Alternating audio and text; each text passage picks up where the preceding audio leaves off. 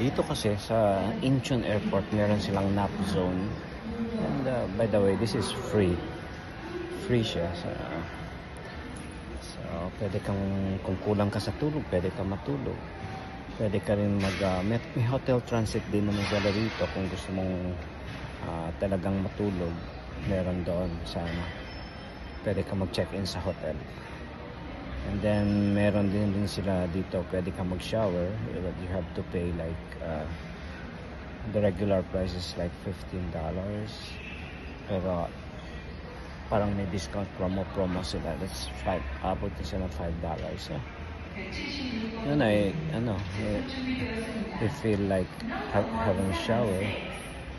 In my case, hindi ko naman kailangan mag-shower. Ligo naman ako before I left.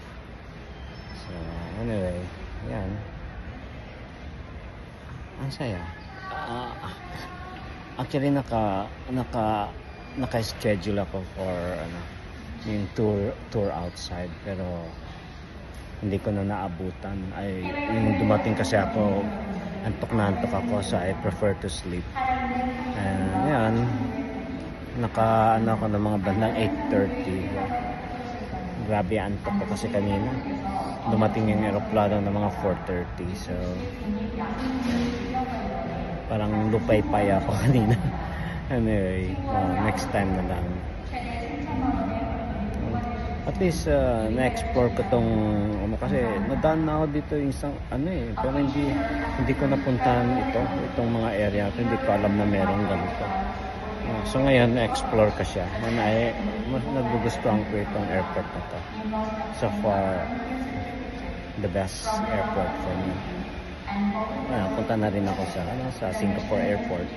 Pero matagal na kasi yun. So I really don't know kung anong mga improvement nila. Pero sabi nila maganda raw. Pero I like this airport. Maganda.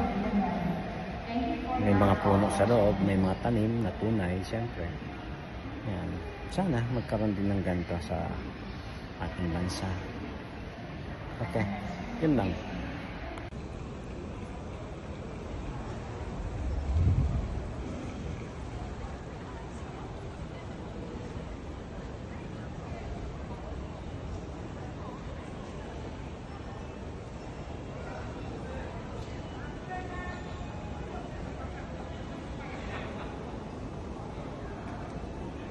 Cascading. Ganda.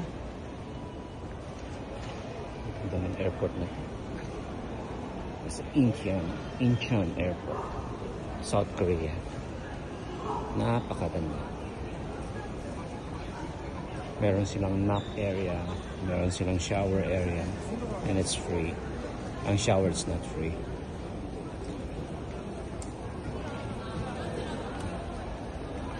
Parang hinahanap ko rito yung mga Korean food. Maganda.